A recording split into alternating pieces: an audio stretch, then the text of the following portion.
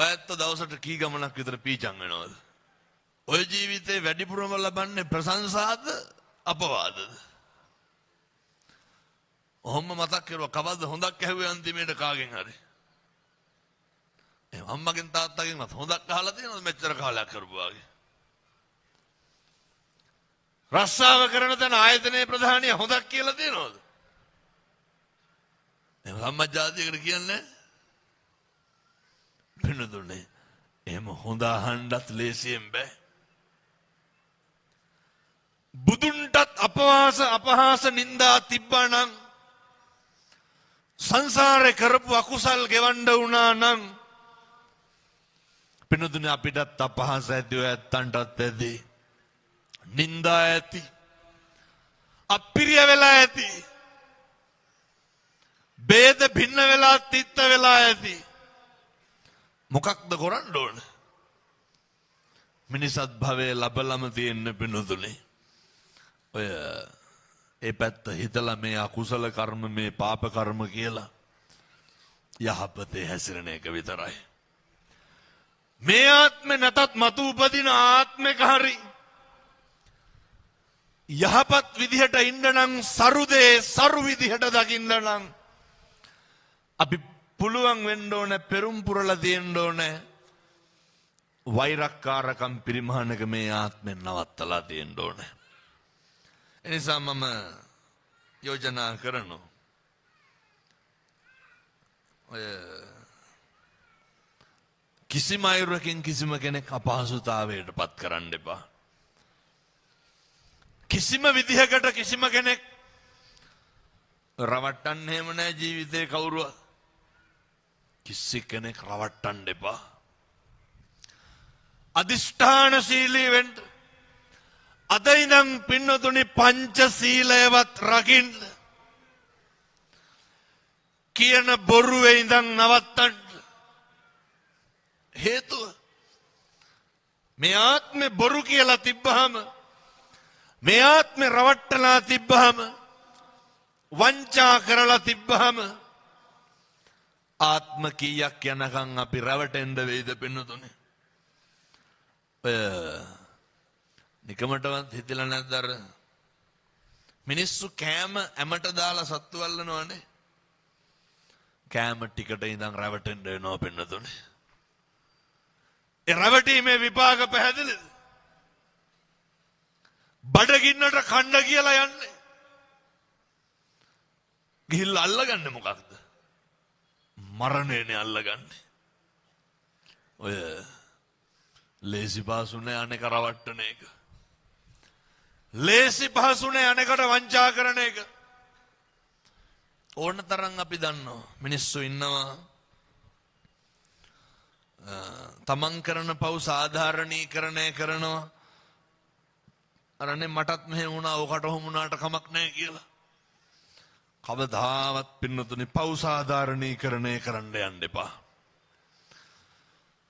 මේවා අපි තනියම ගෙවන්න ඕන තනියම විඳින්න ඕන. මරණාසන්න මොහොතේ එහා පැත්තයි මෙහා පැත්තයි පේනකොට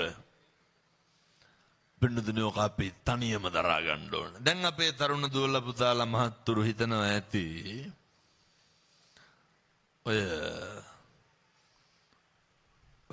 අර කියනෝ නේද අර වයසට ගියපුවාම තමයි සිල් ගන්න ඕන කියලා. නෑ පුතේ ජීවිතයේ යථාර්ථයේ තේරෙන අවසාන කාලේ ජීවිතයේ අවසාන කාලේ කියලා කියන්නේ මේ වයස යන එක නෙමෙයි. අවුරුදු 23න් මැරෙනවා කියමු. ඒ මැරුණේ අවසාන කාලේ. අවුරුදු 55න් මැරුණත් ඒ මැරුණේ අවසාන කාලේ. ඔය තරුණ දරුවෝ පුතේ පුළුවන් නම් එක්ක අහුවෙලා යන්නකො නේ මහරගම පිළිකාරෝ වලට එහෙම. මේ දඩබ්බර භද්‍ර යෞවනයේ පසුවන තරුණයෝ දරුවෝ බට කෑලි ගහගෙන හොස්පිටල් එකේ ඉන්නවා. අවුරුදු 22යි අහලා බලනකොට වකුගඩු දෙකම නැහැ. ඕන තරම් ඉන්නවා. ඕන තරම් කතා කරලා ආධාර උපකාර ඉල්ලනවා. මහ ලොකු දේවල් නෙමෙයි. නේ අර ඒ කට්ටිය බොන කිරිපිටි පැකට් එකේ ඉඳන් ජීවිතේ තව කොච්චර කාලයක් ජීවත් වෙනවද කියන එක ඇත්තෝ හිත ඉන්නවා. ඒ හින්දා හොඳට මතක තියාගන්න. ටැප් එක ඇරලා, ගෙදර තියෙන ටැප් එක ඇරලා කිරිහට්ටියට වතුර ටිකක් හරි දාන්න හැමදාම හම්බෙනවද? ඔය ගෙදර බල්ලොන්ට වතුර හැම දාන්න කිරිහට්ටිය කරන්නේ මොකක් හරි එක්ක ඔය වයින් කරපු චාත්තියකට රාස් පාන් හරින දාන්න. ඕකට වතුර ටිකේ දාන්න එකේ ඉඳන් පින්න දුන්නේ. ඕව හැමදාම කෙරියකද? පැහැදිලිද මන්ද මම මේ කියනේවා? ගෙදර කිරිහට්ටියට සත්තුන්ට බොණ්ඩ වතුර ටික දාන එකේ ඉඳන් දානමය චේතනාවෙන් කරගන්න. අය අමුතුවෙන් ඔට්ටු වෙන්න දෙයක් නැහැ එතකොට. අපේ තරුණ දුවලා පුතාලා පුතේ පුරුදු වෙන්න. කණ්ඩ බත් එක ගත්තට පස්සේ මේ බත් අහුරක් හරි කුරුල්ලෙකුට විසික්කන්න. ඔය ගෙවල් වල නැද්ද ඔය? තියනව නේද ඔය ලෑලි ගහලා සත්තුන්ට කණ්ඩ දාන්න? නිකම් පුරුදු වෙන්නකො කණ්ඩ කලින් කන බත් එකෙන් අහුරක් ලෑල්ලට දාන්න. ඔය පුදුම සතුටක් දැනෙන්න පින්නතුනේ. අපේ තරුණ දුවලා පුතාලා මේවා කරන්න. මේ කනකොට කණ්ඩ කලින් අර ගෙදර සතෙකුට හරි බත් ටිකක් දෙන්න. පුරුදු වෙන්න. මේ දේ කරන්න හම්බෙන්නේ ජීවිතේ බොහොම පුංචි කාලයයි. හැබැයි අපේ සනසීමට හිටින්නේ තියෙන්නේ මොකක්ද? අපි පුංචි කියලා හිතාගෙන අර කරපු දේවල්. පුරුදු වෙන්න පුළුවන් නම් මේවා ඉතින් මහා දේවල් නෙමෙයි හොඳේ.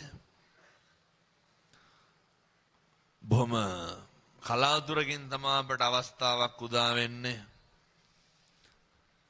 කාට හරි ඔය පාරේ ඉල්ල ගන්න කෙනෙකුට හරි කමක් නැහැ. රුපියල් 10ක් හරි දෙන්න හැමදාම හම්බෙනවද? පුළුවන් තරම් මේ හම්බෙච්ච අවස්ථාවෙන් මිනිස්සෙකුට ඇල්ලතුර වීදුරුවක් හරි දෙන්න හම්බෙන්නේ මේකත් දුර්ලභයි. දුලබ මිනිසත් භවය තුල සුලබ නැහැ පින්නතුනි පින්කම් කරන එක.